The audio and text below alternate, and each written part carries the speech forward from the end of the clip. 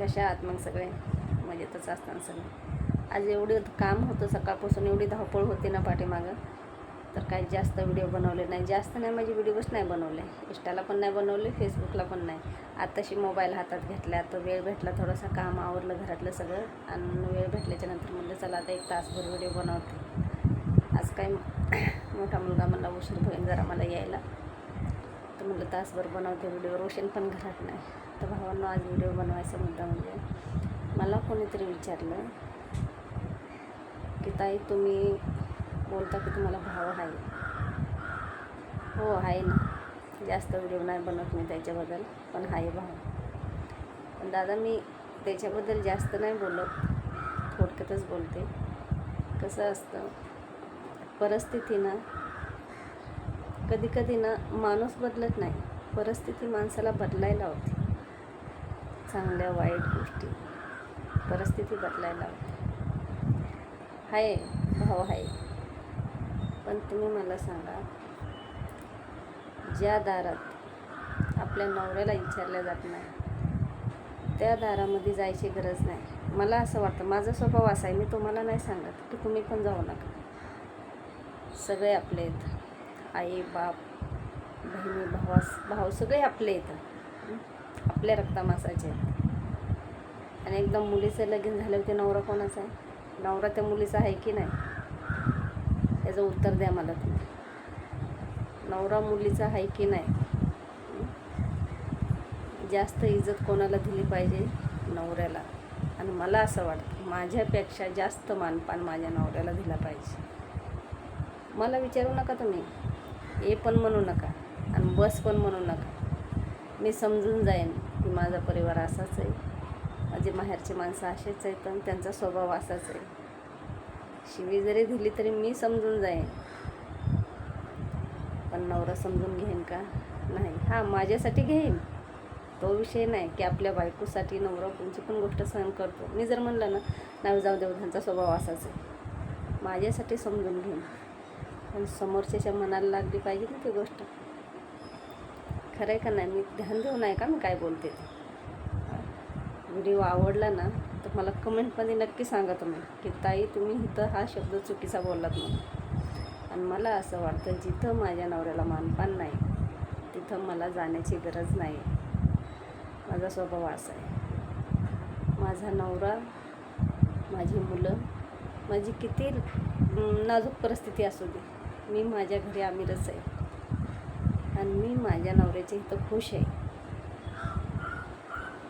मला बाकी जास्त काय बोलायचं नाही की तो असा ते तसे हे असे, जास्त काय नाही बोलायचं. आणि हे जे शब्द बोलले मी तुम्हाला की जिथं मानपान नाही तिथं मला येऊ वाटत नाही, तर हा शब्द खरा आहे. समोरच्याच्या मनाला कदाचित व्हिडिओ बनवलं तर समोरच्याच्या मनाला ते खरं वाटेल. अरे आज व्हिडिओ आला होता, मग हे काही चुकीचं तर नाही बोलले ना. आणि मला नाही वाटत मी चुकीचं बोलले म्हणून, पण मला असं वाटतं जे आहे ना ते माझ्या नवऱ्यामुळे आज मी. माझा नवरा कसा असो, गरीब असो नाही तर कसा असो, माझा नवरा आहे. नवरा म्हणजे हा किती मोठा शब्द आहे. नवरा म्हणजे किती मोठा शब्द आहे. त्यांच्या घरात राहते, त्यांच्या नावाखाली राहते. आणि तुम्ही तुमचंच, तुमच्या रक्तमासाचं माझं आहे म्हणून चालणार ते नाही होत. मुलीचं लगीन केलं ना, मुलगी ज्या घरात जाते ना त्या घरातल्या प्रत्येक सदस्याला तुम्ही मानपान देऊनच बोललं पाहिजे की नाही ते तिची सासू आहे, ते तिचा दीर आहे, ते कोण आहे, त्यांना नाही बोलायचं ना आपल्याच माणसाला बोलायचं. तर हे मला आवडत नाही. आणि जिथं माझ्या नवऱ्याला विचारलं जाणार नाही त्या दारात मला जावं वाटत नाही. माझा नवरा माझी शान आहे, कसाही असो. आणि अजून काय बोलले जातात तिकडचे शब्द नाही, तिचा नवरा नाही काम करत, तिचा नवरा कुठं कामाला जातो, हे सुद्धा मला आवडत नाही. तुम्हाला माहिती आहे माझी परिस्थिती काय होती? माझ्या मालकाची तब्येत ठीक नव्हती, अजून पण थोडी तब्येत डाऊनच असते त्यांची. माझा नवरा काम करू नाही करू मी मजबूत आहे, त्यांना सांभाळायला मी मजबूत आहे. मला कुणाच्या तोंडातून 4 शब्द ऐकायला आवडत नाही आहे. माझ्या नवऱ्याने मी 15 वर्षाची लहान होते, किती वर्षाचे होते, लहान होते, लग्न करून आणलं होतं ना मला मुंबईमध्ये. समजत नव्हतं मुंबईमध्ये राहायचं, मला बोलायचं समजत नव्हतं, फॅमिलीमध्ये राहायचं समजत नव्हतं. मला बोलायचं, बसायचं, कसं राहायचं हे सगळं माझ्या नवऱ्याने शिकवलं मला. एक लहान बाळासारखं मला समजवायचे ते. सगळ्या गोष्टीतून त्यांनी मला बाहेर काढलं. सगळ्या गोष्टीचा अनुभव दिला मला त्यांनी. हे असं असतं, ते तसं असतं. आणि आज त्या नवऱ्याला जर तुम्ही नाही विचारलं तर माझ्या मनाला दुःख लागणार की नाही? अरे तुमचं त्यांच्या दारात दिलं म्हणून ते तुमच्या दारात येणारच ना. तुमचं लेकरू तुम्ही त्यांच्या घरात दिले, ते तुमच्या दारात येणार की नाही मला सांगा तुम्ही. जे आहे ते बरं आहे.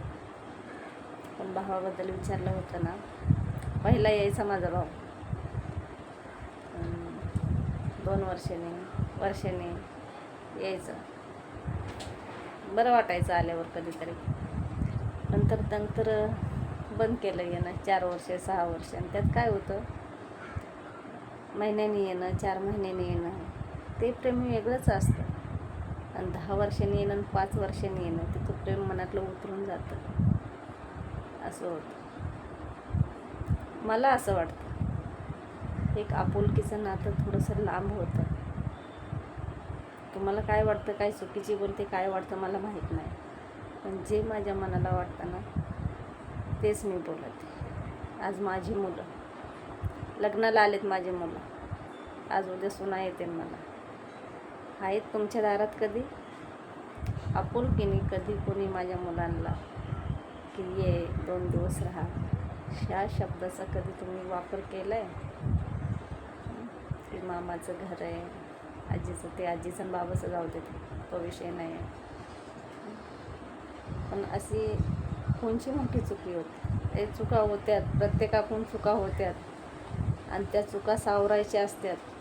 त्या चुका अशा धरून ठेवायच्या नसतात. यांच्याकडून ही चूक झाली म्हणून ती चूक तशीच धरून ठेवायची, ते नाही करायचं कधी. हे जीवन किती दिवसाचं आहे ना ते तुम्हाला नाही माहिती आणि मला पण नाही माहिती.